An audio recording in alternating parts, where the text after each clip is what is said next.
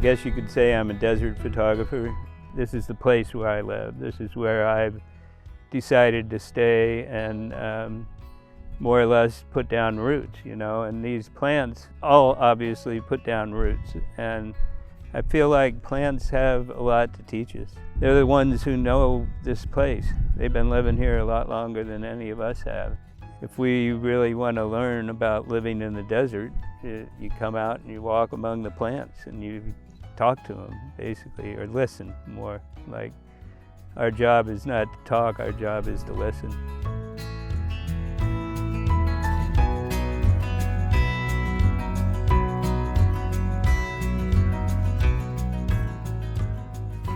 My parents' and family's plan for me was to be a doctor. I started at Xavier University in Cincinnati, so I just started taking various classes, and I took a film class as an elective. I just immediately fell in love with photography. It had the science part that I loved. It was all chemistry photography at that time. There was no digital, and all darkroom stuff, you know, and then it had the art aspect.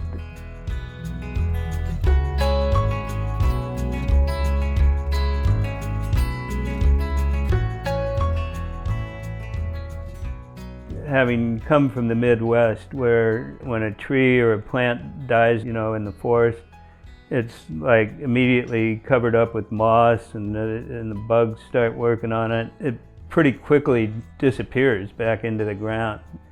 And coming out here, one of the first things I noticed out walking in the desert was, you know, when a cactus dies, when a saguaro dies, you sort of see their decaying remains all around. It's part of the desert when you walk out there.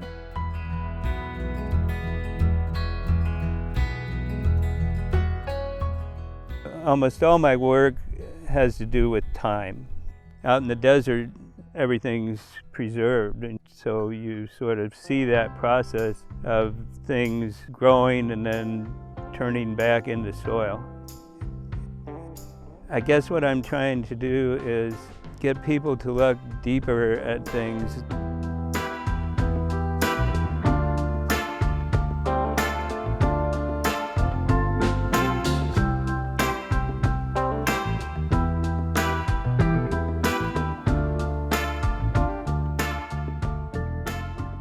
I think part of it for me is trying to photograph the plants as, I won't say a person because they're not a person, but as another being.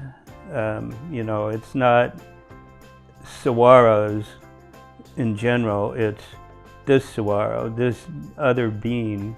Then if I'm making a print of it, I want that print in a way to be another being also, to be an object that honors or says something about this particular plant as an object that can give a person the same feeling that they might get being in the presence of that plant, of that other being.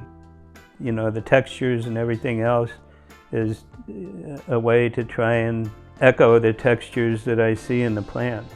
You know, the spines, the decaying, the colors that they turn when they decay and everything. And so in the metals, when I work on them with the chemicals and things that give them the patinas, a lot of times those colors and the patterns are almost the same as the colors that I see out on the cactus. And so to me, it's like I'm trying to echo what I see out there and make an object that, you know, carries that through.